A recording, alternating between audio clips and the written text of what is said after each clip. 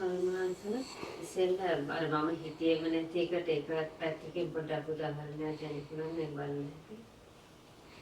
දැන් උදාහරණයක් කියනවා නම් දැන් අපිට දැනෙන්නේම අපේ මම කියන කෙනා ඉන්නවා කියලානේ. එතකොට අපි බලනවා බණ අහනකොට ඒ මම නැති කරගන්න.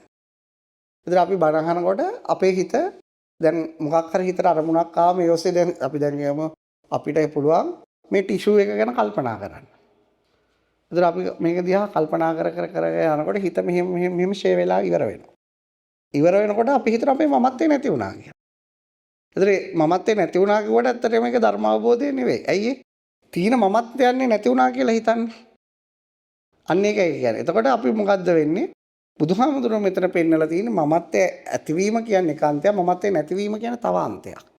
මමත්වයේ කියන්නේ මොකක්ද කියන එක තේරුම් ගත්තොත් අපිට තේරෙනවා මේ ඇහැ රූපයයි විඥානය නිසා ස්පර්ශය ඇති වෙන, ස්පර්ශයෙන් වින්දනය ඇති වෙන, වින්ද ස්පර්ශයෙන් හඳුනා ගැනීම ඇති වෙන මේ සංඥාව ඇති උනේ යතින්නම් සංගති පස්ස ස්පර්ශය නිසා. හරිද? එතකොට මේ සංඥාව මමත්වයේ කියන්නේ තව සංඥාවක්. හරිද?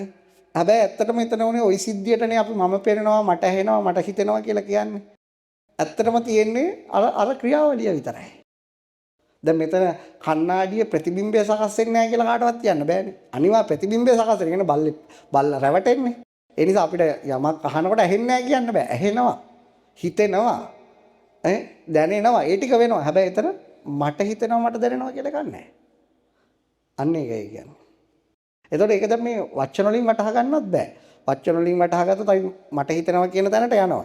ඒක ඔහොම මානසිකාරයක් සිද්ධ වෙනකොට එකපාරම මනස එතර වෙනවා.